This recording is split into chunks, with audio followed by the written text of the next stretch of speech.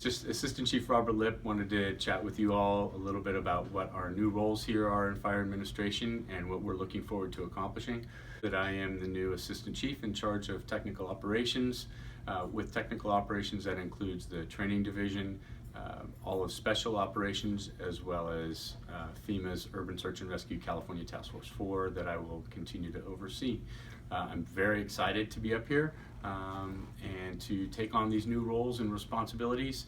I'm looking forward to supporting Chief Luby and moving these programs forward, and we'd really like to build on what we already have and try them, make them even more robust.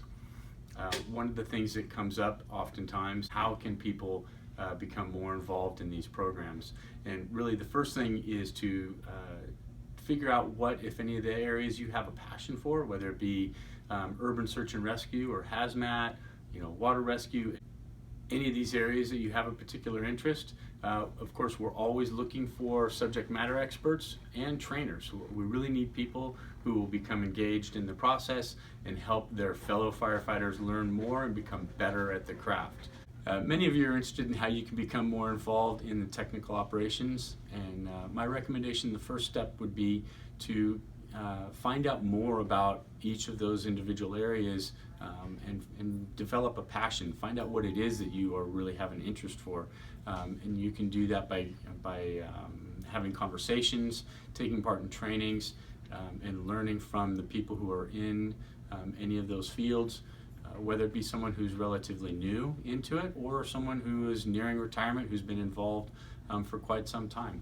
They are always more than happy to share with you what they do and what they like about those specialties.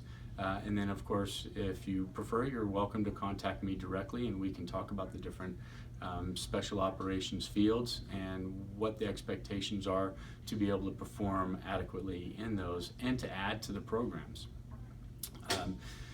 The education side of it really is within the firehouse to begin with.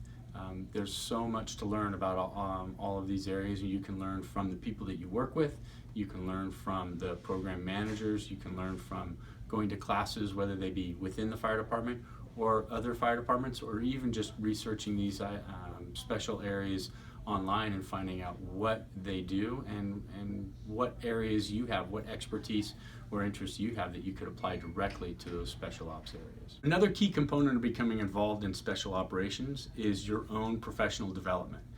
And the good news about that is that your own professional development will extend beyond just special operations into the profession of firefighting. We should always be working hard to improve our craft, being better than we were yesterday. We have so many people within this fire department that have a special skill and a special talent. While our trainers and educators are really, really important to this fire department and to the fire profession across the globe, really, what is most important is that we are lifelong learners. Whether you are on probation or whether you are nearing retirement, you should always be learning and always open to learning new things. The more open you are to learning, the more interested people will be in teaching and providing those skill sets to other people that are coming into the department or people who have been into the department who are now interested in some of the special areas or some new thing that is coming out within the fire service.